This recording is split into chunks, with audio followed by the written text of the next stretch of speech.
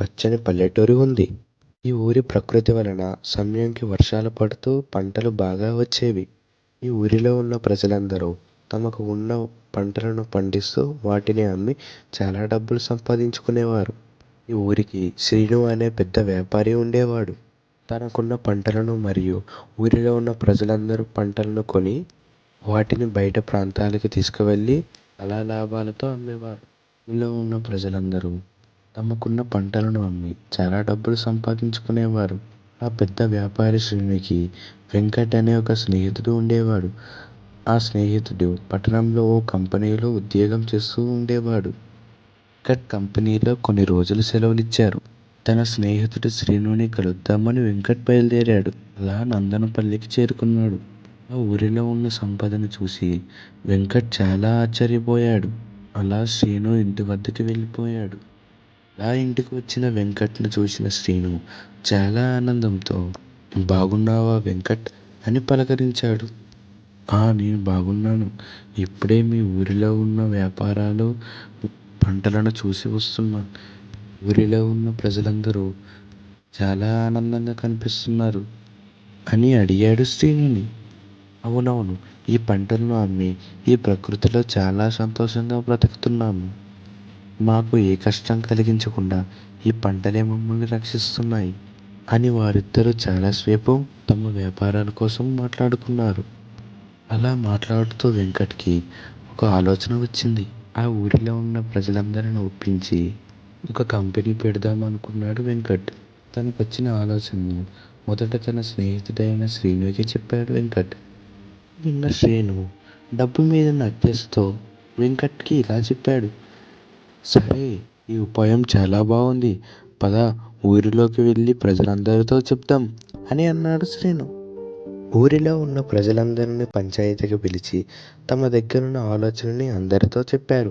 ప్రజల దగ్గరున్న పంటలను మరియు ఆ ఊరి దగ్గరలో ఉన్న అడవి కొంత భాగాన్ని తీసి ఒక మంచి కంపెనీ పెడదామని వారి ఆలోచనతో ప్రజలందరికీ చెప్పారు.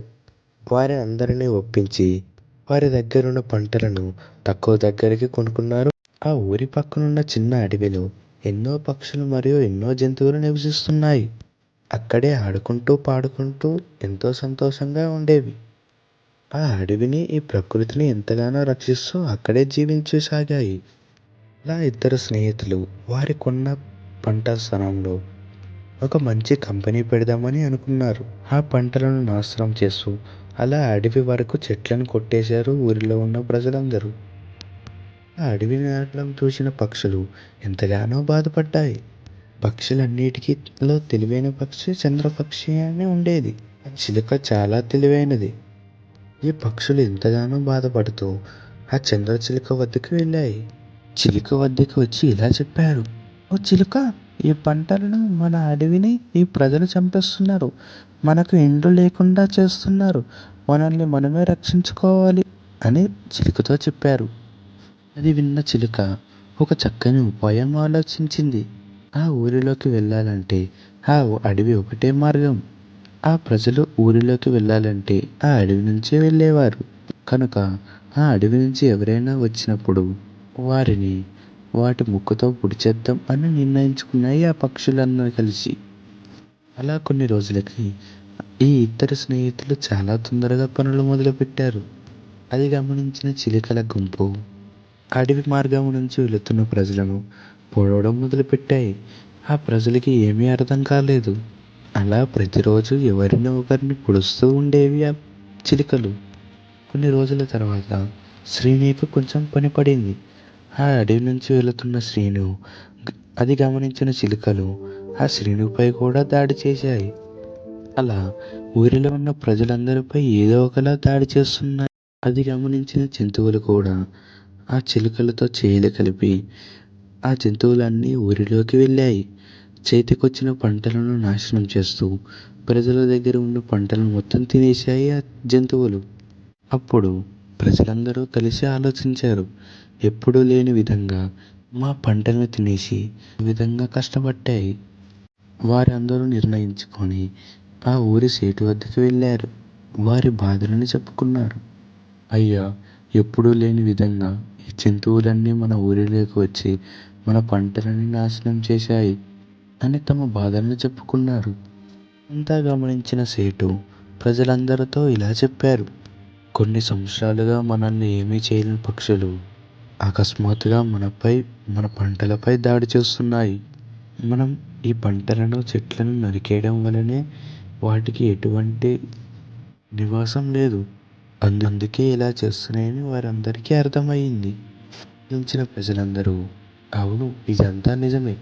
ఈ చెట్లను కొట్టేయడం వలనే మన ఊరిలో వర్షాలు పడడం మానేశాయి, మన పంటలు కూడా పండట్లేదు అని మాట్లాడుకుంటూ ఈ ఆలోచన ఇచ్చిన శ్రీనుని మరియు తన స్నేహితుడైన వెంకటిని ఊరిలో ప్రజలందరూ కలిసి కొట్టారు. వారిని కొట్టి తమ తప్పు తెలుసుకున్నారు ఊరిలో ప్రజలందరూ. తమ తప్పు తెలుసుకున్న ఊరిలో ఉన్న ప్రజలు మరలా చిన్నపిల్లలతో సహా అందరూ కలిసి చెట్లు నాటడం మొదలుపెట్టారు. అది చూసిన పక్షులు ఎంతో ఆనందించాయి. మరలా వారి పంటలను మంచిగా పండాయి. ఇది అంతా గమనించిన ప్రజలు ఇదంతటికీ కారణం ప్రకృతియే ఇంకా పక్షులే అని అర్థం చేసుకున్నారు. అప్పటి నుంచి ఊరిలో ఒక్క చెట్టు కూడా నరగడం లేదు. వారి పిల్లలతో ఎన్నో చెట్లను నాటించారు. జంతువులు కూడా ఎంతో సంతోషంతో మొదటిలా ఆడుకునేవి. అలా ఊరి ప్రజలు, జంతువులు తమ జీవనం సాగించాయి. ఈ కథ యొక్క భావం ఏమిటంటే, ప్రకృతిని నాశనం చేస్తే మనకి హాని జరుగుతుంది. మన చెట్లను నాటితే పక్షులు మరియు జంతువులు సంతోషిస్తాయి. మన మంచి వాతావరణం కూడా లభిస్తుంది. దీనివల్ల మనం తెలుసుకునేది ఏమిటంటే, అభివృద్ధి కోసం ప్రకృతిని నాశనం చేస్తే వారికి తీరని సమస్యలు వస్తాయి.